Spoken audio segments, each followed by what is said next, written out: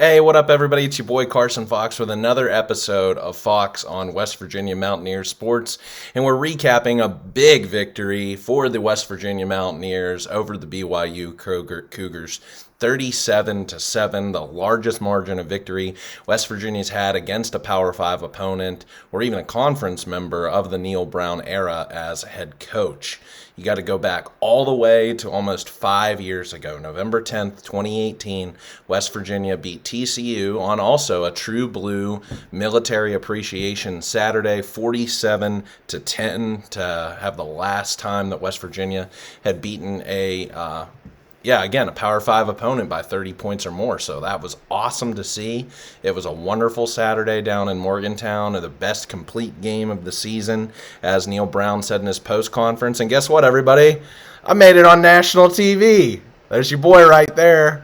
I don't know what I was doing or why I was looking so goofy and funky, but yep, I made it on national TV there, everybody. So how funny is that? First time in my lifetime. So I did get to attend this game in person with my dad and two buddies, and we had an awesome time. First and foremost, starting out in the green lot to tailgate, and then for the game itself. So what an awesome time.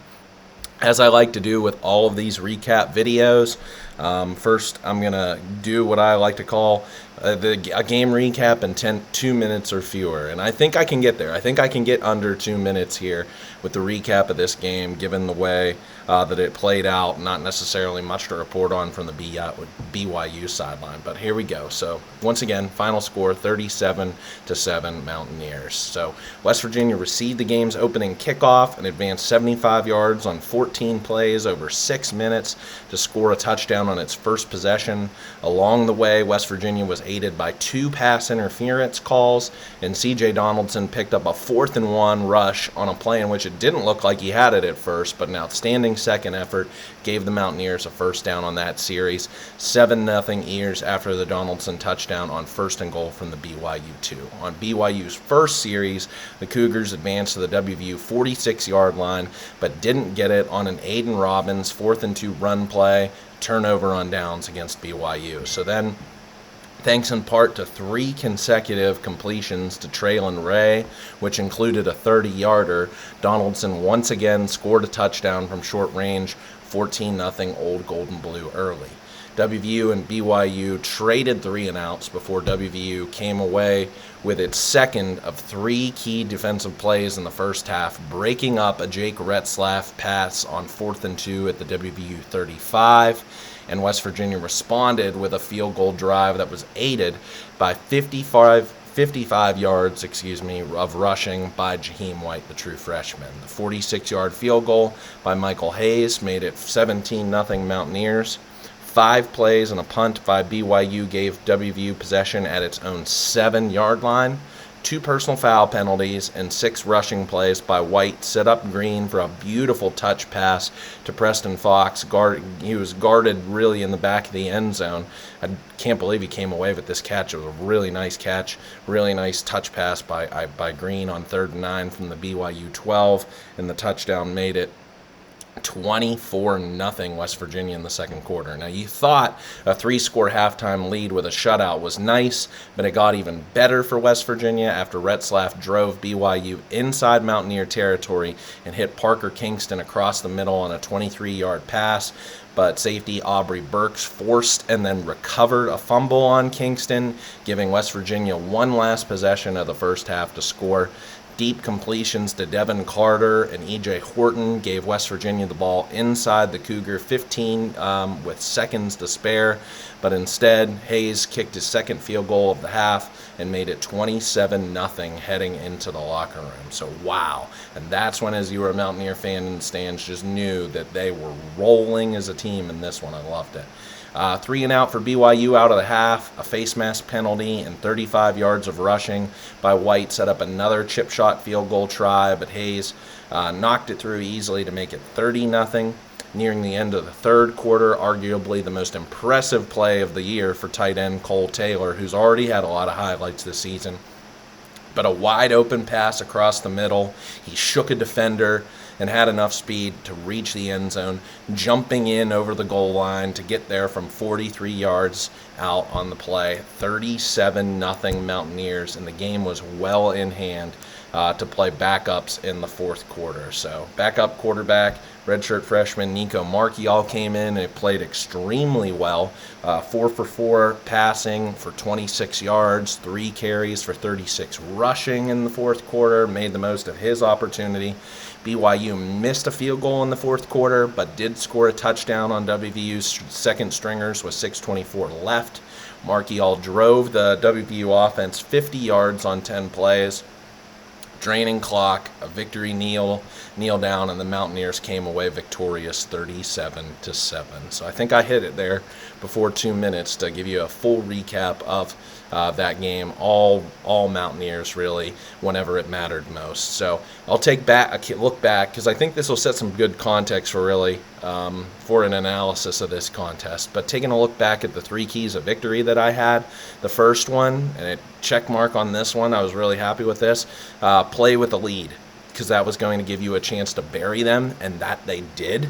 I felt as if BYU's will just kind of broke there in the second quarter. When they went up 27-0, I think the whole defense was kind of just like, here we go. Like, let's just pack it in. Let's get home back to Utah. We're going to be playing at home next week. Like, let's get the heck out of here. There's no way that this offense, without Keaton Slovis, without Darius Lassiter in this contest, I think also their starting left guard was out in this way. Just the way that the game was flowing, the defense was just like, let's pack it in. And when teams do that, you have to make them pay. You got to make them punish. You can't take your foot off the gas and give them any chances to hang around. And that was what I was impressed by West Virginia, of not letting BYU hang around.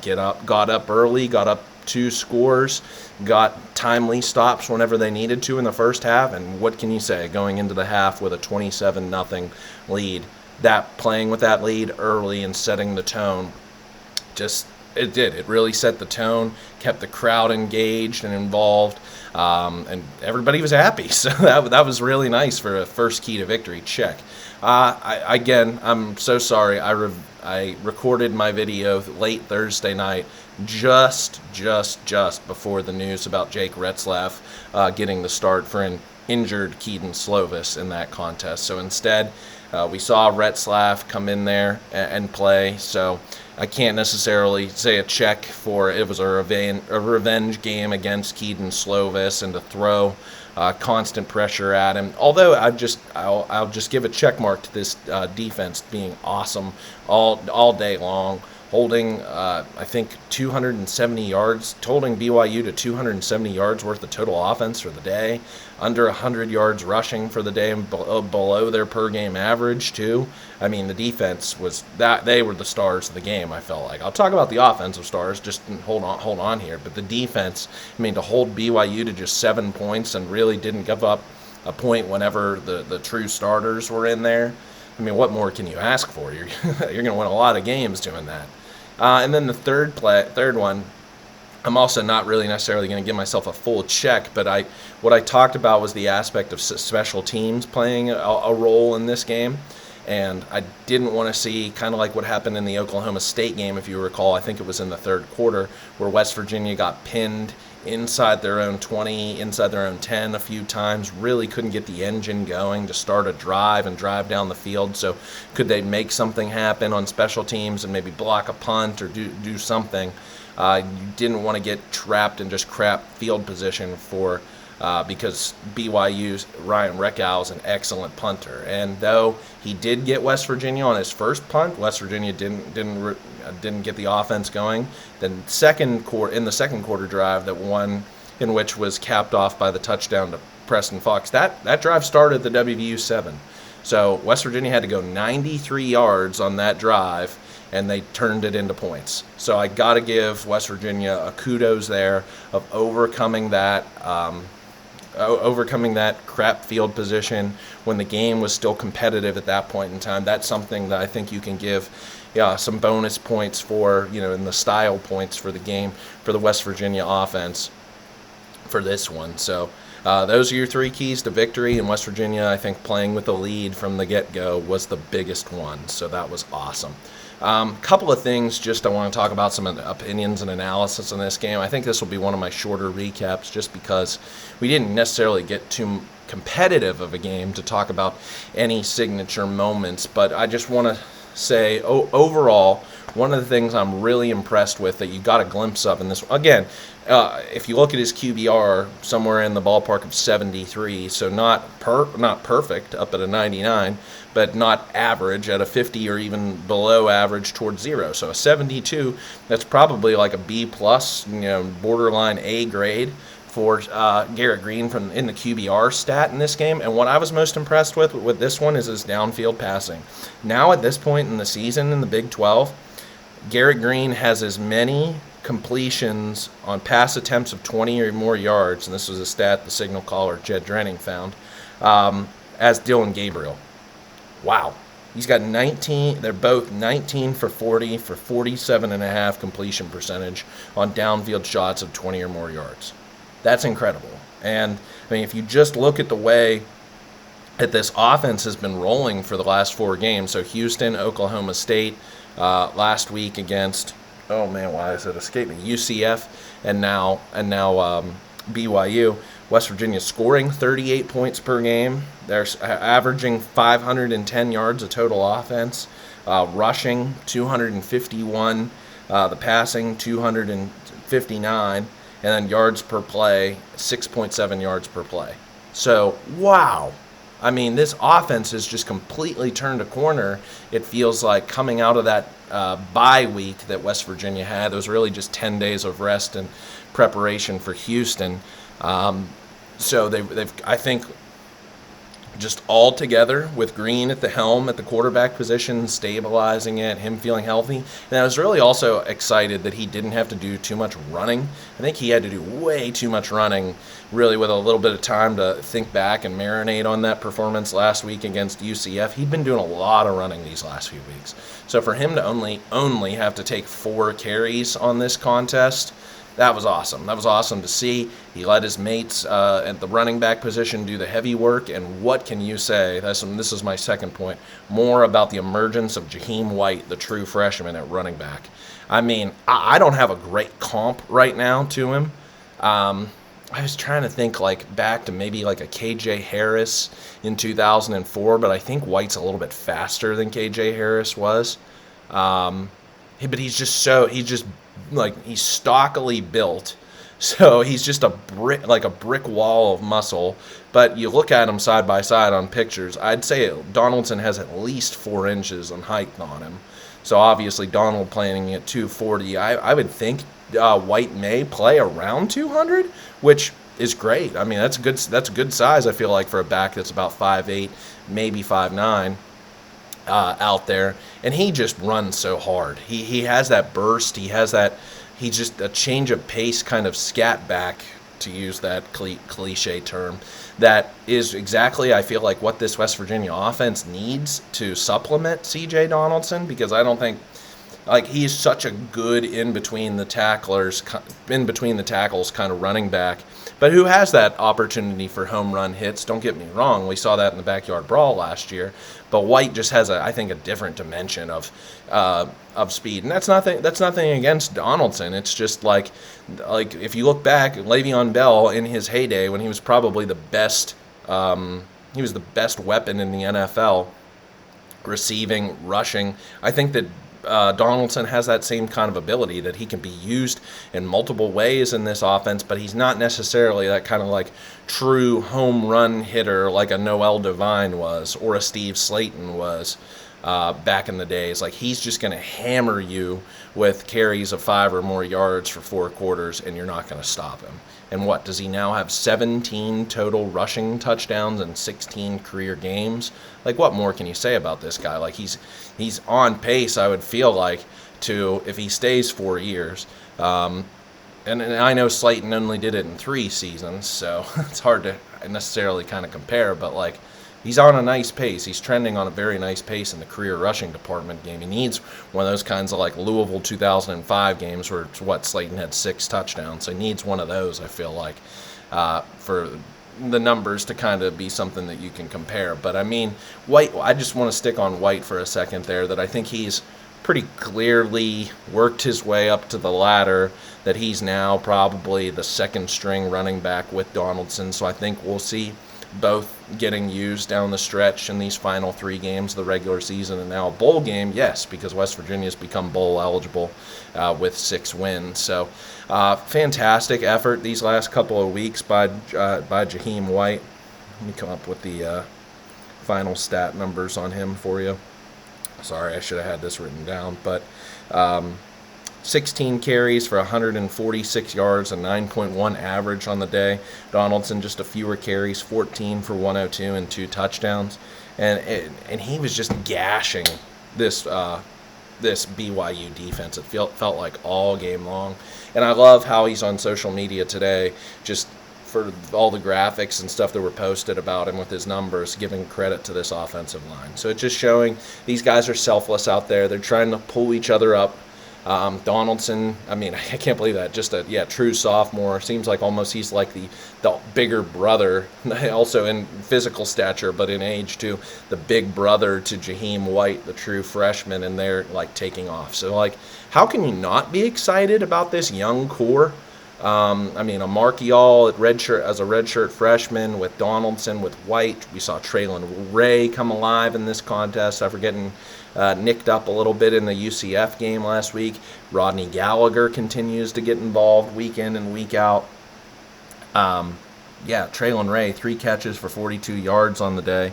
I think, like, obviously, Carter's not going to be back next year using up all of his collegiate eligibility, but I think like Ray is tracking on the same type of progression. I feel like that Devin Carter was at the position that he is, kind of like the number 1 in this wide receiver room.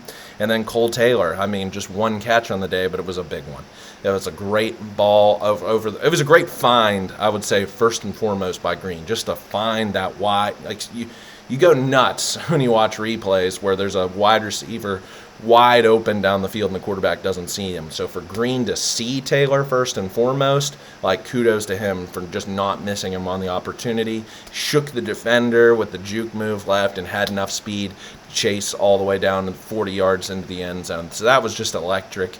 And then, of course, you put the game away with that one. But I want to spend most of this time talking about this defense. Woo! All right. Fantastic effort. First and foremost, number 1 by Beanie Bishop. I just love this guy. Now leading the nation by a wide margin in passes defensed, with 5 more to his credit from this contest. Just I know that West Virginia or BYU was missing its best receiving weapon in Darius Lassiter. I know that Rhett Slaff was a different kind of passer, different kind of quarterback, definitely not as seasoned. Didn't really necessarily probably get true first-team reps all week. I don't know. Maybe he did. Maybe he didn't. It wasn't reported on. It was reported on late that he was even starting in this one, late Thursday evening. So you don't know what kind of preparation that Rhett Slaff had for this one. And he was just kind of all over the place. I mean, 24 to 42. QBR of 48, so he was just a notch below average on the day for 210 yards. And again, he played most of the fourth quarter against the West Virginia second stringers. So whenever it mattered, West Virginia's defense got its stops.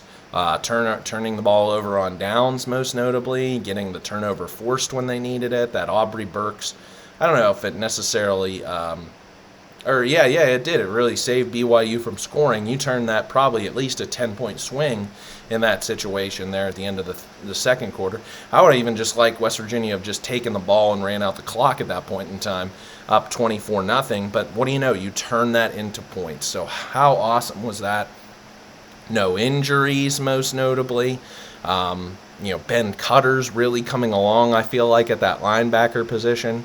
And another player who's really come along, and I got to give him a lot of credit. I'm going back to the offensive side. Sorry to switcheroo on you. But what can you say about Preston Fox for this season? That touchdown that he had there on that 93-yard drive in the back of the end zone with multiple defenders around multiple players coming up with it. I mean, like, I'm not gonna I don't regret what I did say on that third down pass play in the first game against Penn State, where I was just like, why are you trying to throw that to Preston Fox of all players when you have Carter out there who already had a long reception in this game? But I just think he's made play after play after play at both the receiving position and in the special teams at returner, that he's totally deserving of a starting position. I don't think that can be any question at this point in time now. That he just plays hard, he works hard, he's deserved, and I think he's also he's taken away. I don't know if that's the right terms, but it's like when the opportunity has presented himself because Hudson Clement's been nicked up these last couple of weeks. He's taken advantage of it. He's played hard out there, coming up with another touchdown reception. You just have a nice room of options, both at the running back and wide receiver position. So it's like, how do you get all these guys involved into the game? So it's a nice problem to have. Having Ray, having Carter, having Taylor, Fox now into it. You got to include Rodney Gallagher at times. So we'll see at E.J. Horton coming away with 3 catches for 39 yards, another big downfield threat, another weapon for this wide receiving room in Garrett Green. So I just like how this offense is humming along right now and complementing it with defense. I think that's all that we can ask for at this point in the season, is for the defense to put up the kind of effort that we know it can, and then it's going to be on this offense's job to score more points. I mean, I know that's kind of cliche, like kind of a simple statement, so profound, Carson, that the offense has to score more points. But it's like what West Virginia was asking of its defense, going back to that Texas Tech game, even the Pitt game, Texas Tech TCU game, was you were asking your defense really to hold down opposing offenses, and you were trying to win like Iowa does, and not named anyone other than like Penn State, Ohio State, and Michigan in the Big Ten. It's like you can't win that way in the Big 12. These offenses are just way too good, way too like smart of coaches on how to scheme games up and take advantage of your where you have your weakest links in your team. And right now, West Virginia, I think, is like shading those weaknesses as best they can. I mean, I'm really impressed by Malachi Ruffin at this neck. You never hear his name getting called because he's just locking down his defender the whole day. I mean, as a guy who is a former walk-on coming on, you have one of the nation's best performers so far this season at your first-string cornerback, and then across from him, it's like you're matching that. I think like it's great that they're both in the room, in the same cornerback room together, setting that tone. And I mean, the injuries have just piled up, as we know, at both the linebacker and safeties position. But I mean, you got your core 5, I feel like, at this point in the season, and nobody necessarily. I mean, Burks and Kobo, we knew preseason were going to be one of the 2 of the leaders with Sean Martin on this defense at those 3 levels. But like the ancillary characters around them, Marcus Floyd, Anthony Wilson has pretty much been since a day one starter. I knew that was going to happen. Looking at their portal additions for the season, like he was such an upgrade, I feel like, for that spear position that's kind of been out of whack with Lance Dixon trying to fill that role at times last year. So I'm just really impressed by Floyd and Wilson, opposite of Burks, and Burks looking like he was the player what was that, TCU or Houston injury. So he looks back to full strength. And Cutter just playing above his weight, being forced into the starting role and going in there and giving you quality reps. So the defensive line, the rotations used in this one, did a pretty good job, I felt like, coming through with tackles for loss at times, holding, like I said at the beginning, holding BYU just 81 yards rushing, and then BYU felt as if it needed to be one-dimensional, I feel like, into that third quarter. Even part of the second quarter, they just really disregarded the run and really went all pass out there. So it was just very impressive effort by this defense to pitch really a shutout I feel like, until they got pulled off of the field for the second stringers. And then I feel like I'm a broken record, but Michael Hayes, what an awesome find. What an awesome find by this coaching staff and Country Roads Trust to bring him in, and he's just been automatic. I'm gonna give him a gimme on that one that he drilled. I think it was at TCU. That was called back 5 yards because of just the absolute slightest flinch by Nick Malone on the one extra attempt that then he had to kick. I think it was like 57 yards or something like that, and he made the one from 52 or 53 out there, but then he missed it on the second attempt. So 3 field goals in this game, just absolutely awesome. And since I mentioned his name, got to give him a lot of credit to Nick Malone filling in nicely for the injured Doug Nestor. You don't know maybe whether it was precautionary or if he's going to be out for extended time. So I'm very hopeful for Doug Nestor for this upcoming week against Oklahoma. But for the time being, way to go, Nick Malone, and filling in at right tackle. So that's pretty much it, I have to say, for the game, just on that kind of an effort.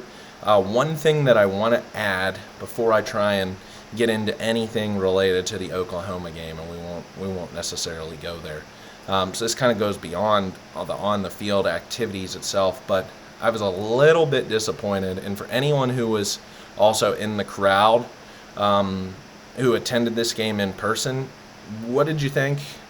Or am I on to something with this? And I've kind of beaten this drum now probably very hard since 2018, but even a little bit earlier, I feel like even in 2017, the year of Will Grier, is just that this Big 12 I think it's 2 things now that I'm really going to point, some dots here that I hope that are finally connecting.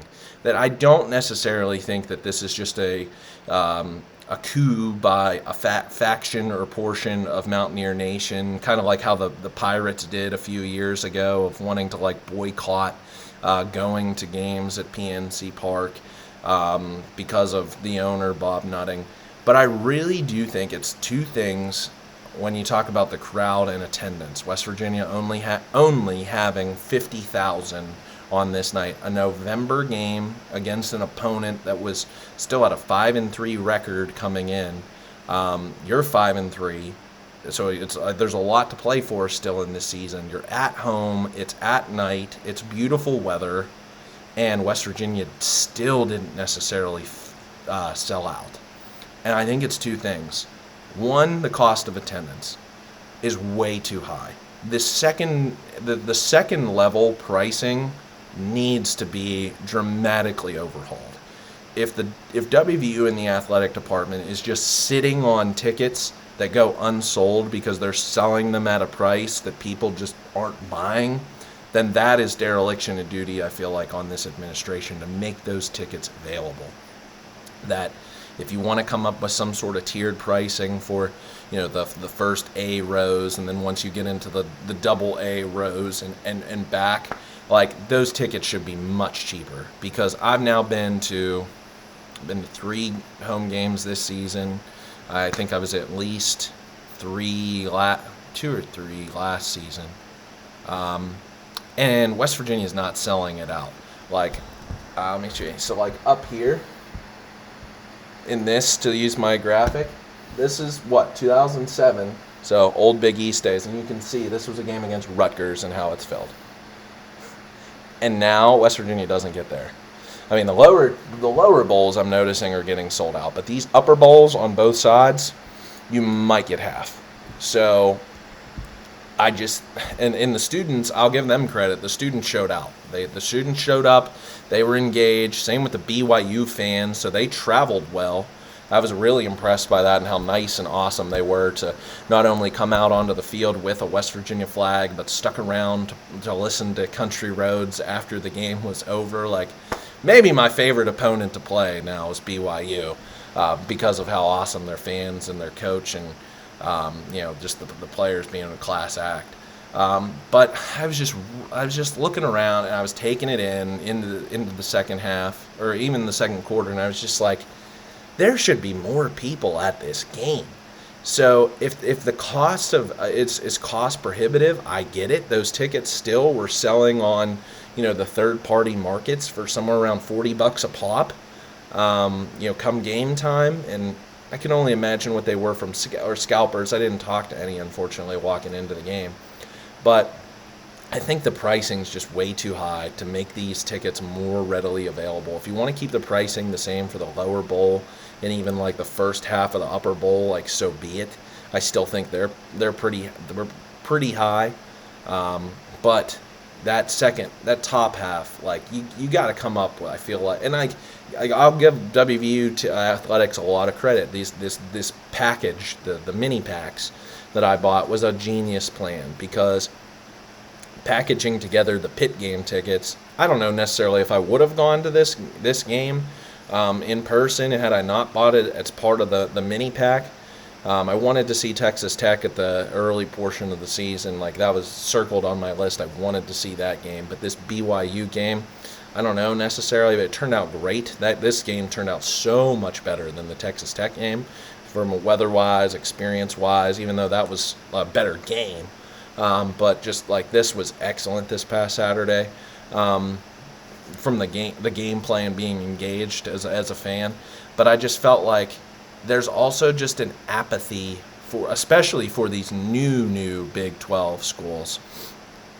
But you're just not going to have the same kind of into it type of atmosphere that you would have against, say, a West Virginia Pitt, a West Virginia Virginia Tech, West Virginia Louisville, West Virginia Maryland, you name it. And it's got to start playing a factor into decisions by this administration. And like, okay, Carson, so what are you calling for? Are you calling for West Virginia to leave the Big 12 to join the ACC? No, that's not what I'm calling for. But what I'm calling for is, you got to start running some numbers, running the ROI impact on what potentially that these kinds of decisions could have as we look forward, and what happens around you in college football. So you're really at the ready. And if the ACC, I don't want to go on a tangent and go down a rabbit hole, but just talking to some of the Pitt fans at the Backyard Brawl this year, and just seeing the way that what happened with SMU and adding Cal and Stanford into this conference is, the ACC is trying to play this long game of, if they lose Florida State, if they lose Clemson, if they lose more teams, that they think they'll be able to still keep the grant of rights intact in a league together with 14 teams or more, it's not going to completely implode is what I'm meaning to say. And I know the money's not right, the money's not there competitively, even especially with the SEC and the Big Ten, but the ACC TV deal is just not going up, and West Virginia and the Big 12 even has an opportunity to once again go to market before the ACC's up for another TV rates deal in 2036. Florida State's not going to hang around that long to see this over. As soon as they feel as if they have the money and can make this financially stable, and if I think that's I think that will come as soon as like 2025. They might go through this first year with the SEC and the Big Ten making all these goo gaga dollars that Florida State's not getting in on. And again, with their new tiered pricing structure, they might make more money this year than, say, a Pitt, who's down at the bottom of the barrel of the conference based upon performance. So, I guess what I'm ultimately trying to get at is, you have to keep your options open and not necessarily tie yourself to this league. That West Virginia has to do what's best for West Virginia, not what's best necessarily for this league. So to continue to be rank and file and voting in these Colorados and Arizonas, that really doesn't necessarily do anything beneficially for you, West Virginia. It does as a league, but you're seeing the results now play out, that West Virginia, even when again, the weather's great in November, and both teams are in it from a conference standing standpoint, that West Virginia's still not going to sell out at 50,000 fans. So I just think we They needs to take a look at the pricing structure to make it more affordable for fans to get in person, because just the way the technology, and this is something you're seeing in all sports, is the better technology in these days with televisions and streamings and this and that and the other thing is, it's just so much more like cost prohibitive, better at home in this economy. And like if I can just sit in my comfy reclining chair and watch it and have just a better experience watching it front and center on my TV as I am of going in person and experiencing it, then West Virginia's got to get as many people, and you don't want to make cost really a prohibitive factor. So the ticket pricing, parking pricing, this, that, and the other thing.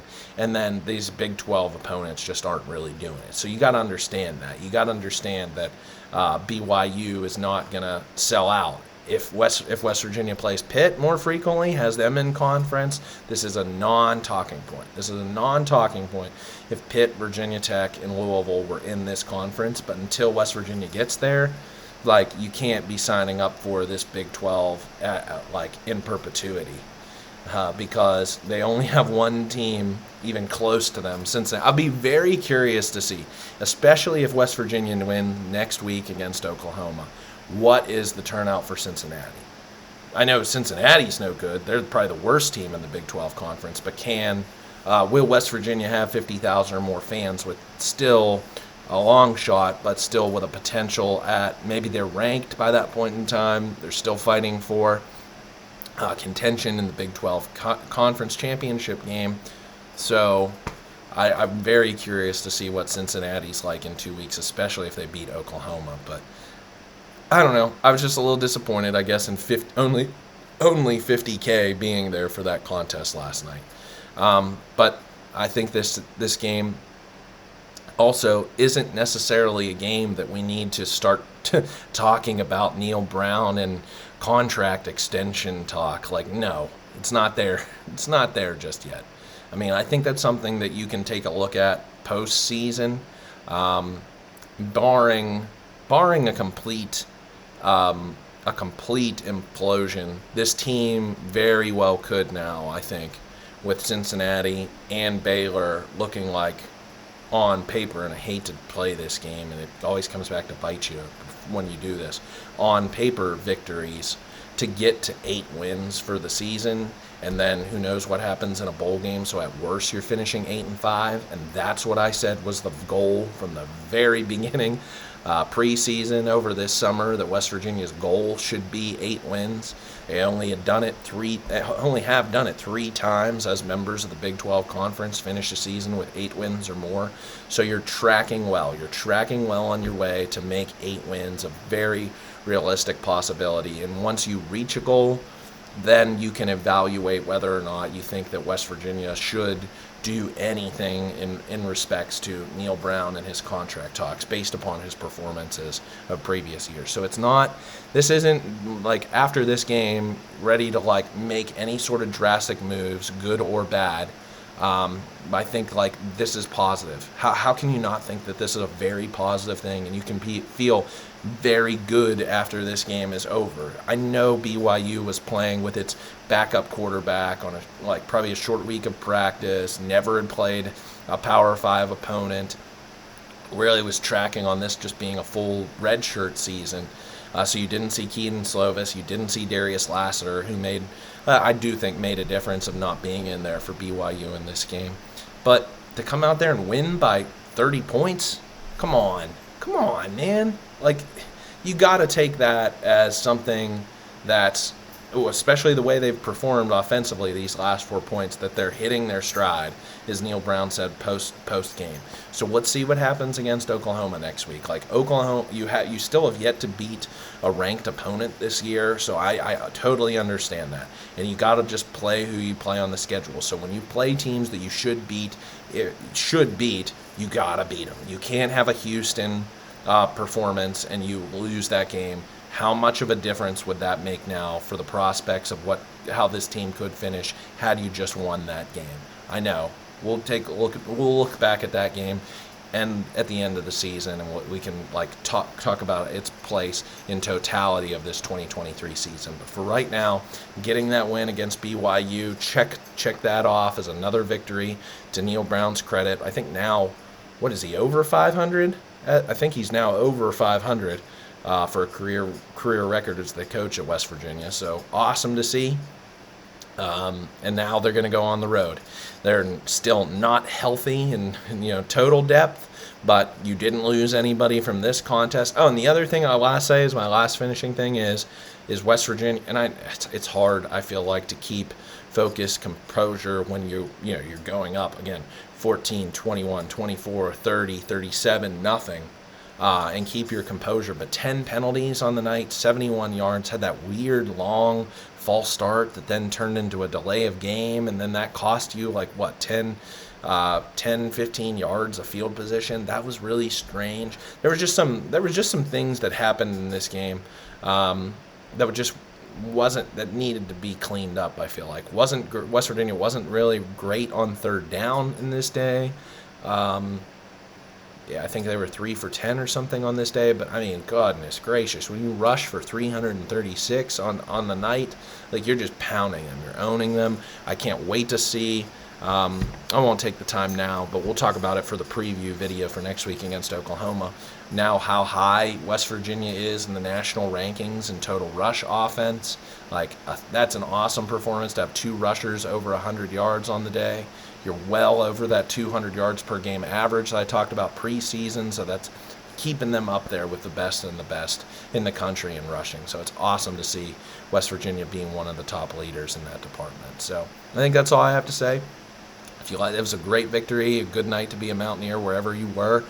If you like this video, please like it so that more Mountaineer fans can see it across YouTube and other social media platforms. If you have any thoughts and feelings on how this game played out, I'd love to hear them. Leave your comment here on YouTube or tweet me at Carson_Fox27. And if you like content like this or some of my other channel or my other videos on this channel, go ahead and subscribe, please. Getting closer and closer to 100 subscribers for the season, so that's awesome. I just love bringing it to you. So tell your family, tell your friends, tell your dog that I do this each and every week, and I love talking about West Virginia football and the prospects of it. So I know West Virginia basketball starts next, I think tomorrow against Missouri State. So I don't even know where to start with this basketball program. So I'm just so fully invested in football right now. I don't even want to think about the basketball season, good or bad, just putting that on hold, I feel like, until we get through the month of November, and then maybe we can talk about into the basketball season. So good luck to the Mountaineer Hoopsters. If you're a big West Virginia basketball fan, I am. I'm just not to the extent of football. So I want to see them win. I guess my mental faculties really don't make or break with the way West Virginia basketball does like football does. So good luck to the Mountaineer basketball team, and I may talk about them from time to time on a video on here. So if you are interested, if I do talk about West Virginia basketball, I may down the line a little bit. But again, subscribe to this channel if you like my videos, and I'll be back next week to talk about it. A big one, West Virginia, Oklahoma, down in Norman, the prowess on the prairie, the last time as members of the Big 12 Conference together. So, hail West Virginia, let's go.